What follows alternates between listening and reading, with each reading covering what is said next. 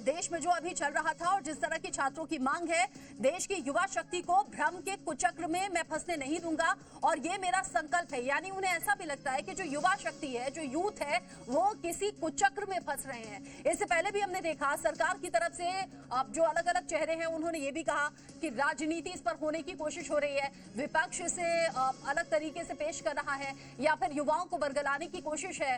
अलग अलग हमने इसमें देखा, परसेप्शन सामने आए हैं। लेकिन पिछले इतने दिन से जब जंतर मंतर पर लोगों का जमावड़ा रहा और यह अनुमान भी था कि सैटरडे संडे भीड़ और होगी।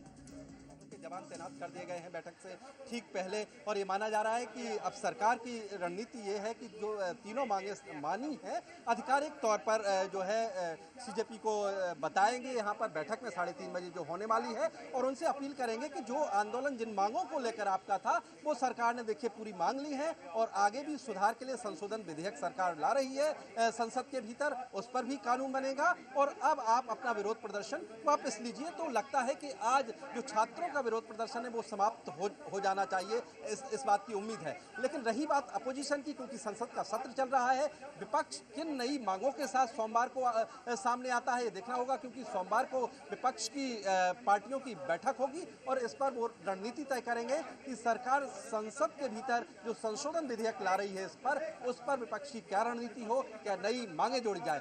आपको दो महत्वपूर्ण बातें बताना चाहता हूं जो प्रधानमंत्री नरेंद्र मोदी ने सीधे छात्रों को कन्वे की है। देखिए, और बीते 24 घंटे में 6 बड़े फैसले प्रधानमंत्री नरेंद्र मोदी ने लिए और खुद इस मामले को आगे लीड किया, 2 वीडियो जारी किए। देखिए, उसमें 2 महत्वपूर्ण संशोधन विधेयक जो आने वाला है, 2 महत्वपूर्ण चीजें हैं। सबसे महत्वपूर्ण चीज है कि इन्वेस्टिगेशन में जो टाइम लगता है, अगर पेपर लीक होता है, इन्वेस्टिगेशन में टाइम लगता है तो उसको टाइम बाउंड कर दिया गया है और कोर्ट के भीतर जो टाइम लगता है उसको 3 महीने की टाइम लिमिट कर दी गई है। फास्ट ट्रैक कोर्ट में 3 महीने के भीतर फैसला सुनाना होगा। तो ये 2 महत्वपूर्ण चीजें हैं जिससे छात्रों का भरोसा और जगह है और संशोधन विधेयक जो आएगा उसमें ये तस्वीर भी सामने आएगी और भारी भरकम जुर्माना और 10 साल तक कैद की सजा अगर पेपर लीक होता है तो उनके कल्प्रिट को, दोषियों को। तो ये महत्वपूर्ण प्रावधान आपको इस बिल में देखने को मिलेंगे। तो आप कह सकते हैं कि सरकार सुधार की तरफ भी आगे बढ़ रही है कि पेपर लीक जैसी घटनाएं फिर ना हो भविष्य में, और दूसरा कि जो छात्रों की अभी मांगे थी वो भी पूरी तीनों मांगे सरकार की तरफ से मान ली गई हैं।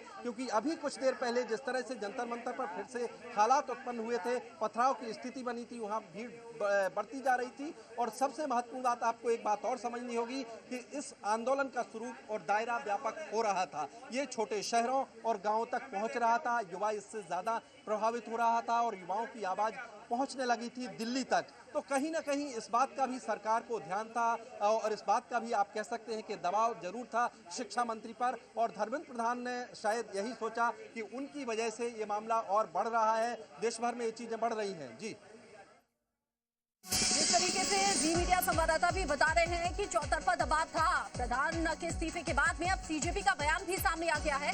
सीजेपी यानी कि कॉकरोच जनता पार्टी कह रही है हमने कर दिखाया, धर्मेंद्र प्रधान ने इस्तीफा दे दिया है। हम देख रहे हैं पहले दिन से इस प्रोटेस्ट में धर्मेंद्र प्रधान के इस्तीफे की मांग हो रही थी। आखिरकार आज धर्मेंद्र प्रधान ने इस्तीफा दे दिया। हाँ, 2 पेजेस का वो इस्तीफा जो पूरा है वो भी पढ़ के हमने आपको बताया। उसमें ये लिखा था कि युवा ही देश की शक्ति है, भविष्य है और हम नहीं चाहते कि उन्हें कोई बरगलाए या फिर अपने फायदे के लिए इस्तेमाल करे।